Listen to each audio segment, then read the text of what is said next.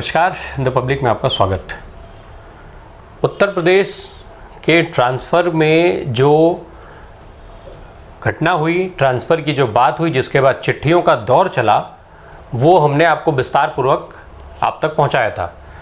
अब भारतीय जनता पार्टी के सरकार पर एक नया आरोप लगा है। ये आरोप है कर्नाटक का।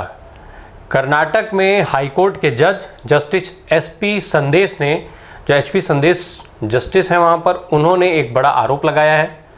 उन्होंने सरकार द्वारा उन्हें ट्रांसफ़र की धमकी देने का आरोप लगाया है।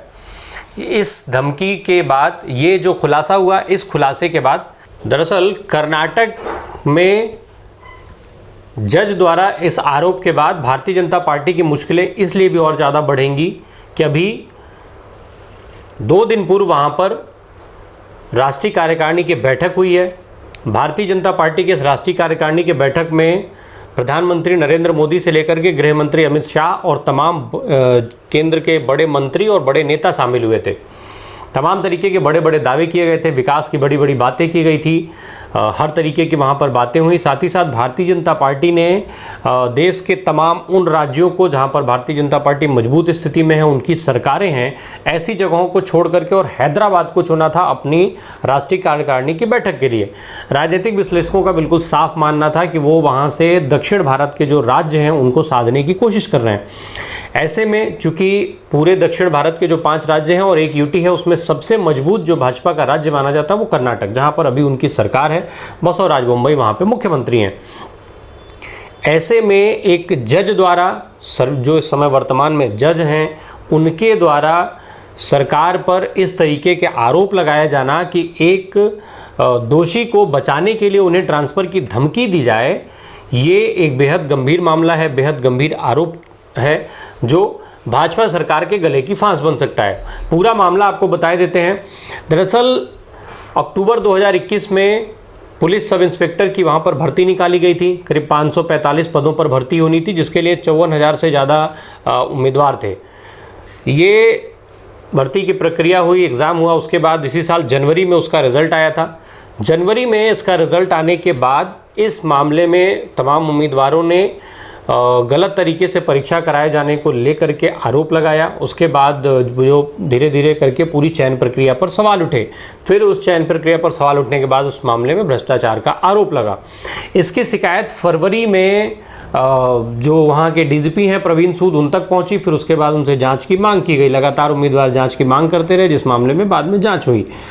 जब ये जाँच हुई तो उसमें फिर ये मामला शुरू हुआ। उसके बाद अभी हालिया 2 अलग अलग मामलों में वहाँ पर 2 बड़े अधिकारियों की गिरफ्तारी हुई। एक एंटी करप्शन ब्यूरो ने आईएएस मंजुनाथ को गिरफ्तार किया। बेंगलुरु की पूर्व डीसी रही हैं ये। डीसी रहने के जैसे ही हटे वैसे ही उनको गिरफ्तारी हुई।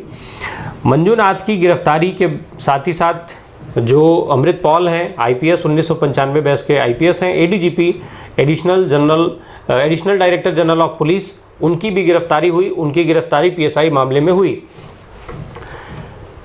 एक मामले की सुनवाई करते हुए, एक बेल के मामले की सुनवाई कर रहे थे जस्टिस एचपी संदेश। उस सुनवाई में उन्होंने खुलासा किया इस बात का कि उन्हें एडीजीपी के जो मामले की सुनवाई के चलते उन्हें ट्रांसफ़र की धमकी दी गई। उनसे यहाँ तक कहा गया कि एडीजीपी जो है वो बहुत पावरफुल हैं, पर मुझे इसका, हालांकि उन्होंने जस्टिस संदेश ने आगे ये भी कह दिया कि मुझे इसका कोई फ़र्क नहीं पड़ता, मुझे पद जाने का कोई डर नहीं है, मैं एक किसान का बेटा हूँ और मैं केवल और केवल संविधान के लिए जवाबदेह हूँ। अब जब इस मामले की, जब इस घटना की, इस खुलासे की वीडियो तैरने लगी, उस परिस्थिति में भारतीय जनता पार्टी के सामने मुश्किलें खड़ी हो गई। वहीं कांग्रेस पार्टी भी अब ज़्यादा हमलावर हो गई है। जो राज्य में मुख्य विपक्षी दल है वो हमलावर हो गया है। चूँकि जो विपक्ष के नेता हैं सिद्धारमैया, उन्होंने जो वहाँ राज्य में गृह मंत्री हैं उनको हटाए जाने की मांग की, उनके इस्तीफे की मांग की और साथ ही साथ मुख्यमंत्री से उनको तुरंत हटा देने की बात भी कही है। और जो ये सारा स्कैम हुआ उसके लिए उन्होंने मुख्यमंत्री को, गृह मंत्री को पूरी तरीके से जिम्मेदार माना है।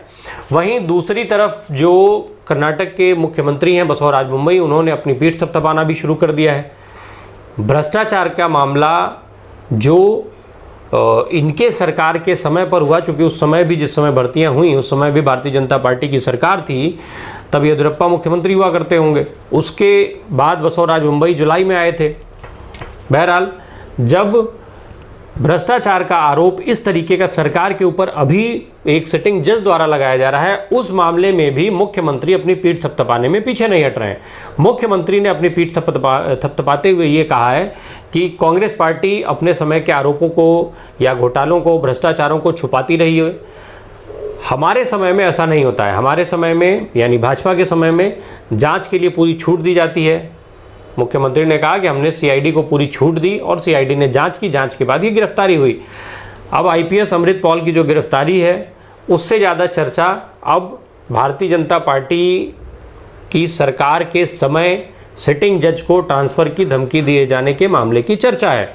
अब जज द्वारा भाजपा की सरकार पर इस तरीके का आरोप ठीक उस समय जब 2 दिन पहले अपने को उस क्षेत्र में मजबूत करने के लिए भारतीय जनता पार्टी के दिग्गजों का वहां जमावड़ा हुआ हो, राष्ट्रीय कार्यकारिणी की बैठक जैसे महत्वपूर्ण आयोजन को वहां भाजपा ने किया, जहां भाजपा अपने को विस्तारित करने के लिए प्रयासरत है, उसी जगह पर एक सिटिंग जज के द्वारा इस तरीके के गंभीर आरोप का लगाया जाना, ये कहीं ना कहीं पूरा जो सिस्टम है उस पर सवाल खड़ा करता है। ऐसे में चूंकि कर्नाटक में अगले साल चुनाव भी होने हैं, यदि ये मामला बना रहा तो ऐसे में भारतीय जनता पार्टी को बड़ा नुकसान उठाना पड़ सकता है। भ्रष्टाचार के मुद्दे पर प्रधानमंत्री से लेकर और जो तमाम भाजपा शासित राज्यों के मुख्यमंत्री हैं, वो हमेशा, इसके अलावा जो संगठन के अधिकारी हैं, चाहे वो राष्ट्रीय अध्यक्ष से लेकर के तमाम प्रमुख लोग हों, वो हमेशा भ्रष्टाचार पर जीरो टॉलरेंस की बात करते हैं। ऐसे में एक सिटिंग जज को धमकी दिया जाना भारतीय जनता पार्टी के लिए क्या मुश्किलें खड़ी करेगा, ये तो भविष्य में आने वाले समय में पता चलेगा। पर एक बात तय है कि भ्रष्टाचार के इस आरोप से भारतीय जनता पार्टी की सरकार की किरकिरी शुरू हो गई है। धन्यवाद।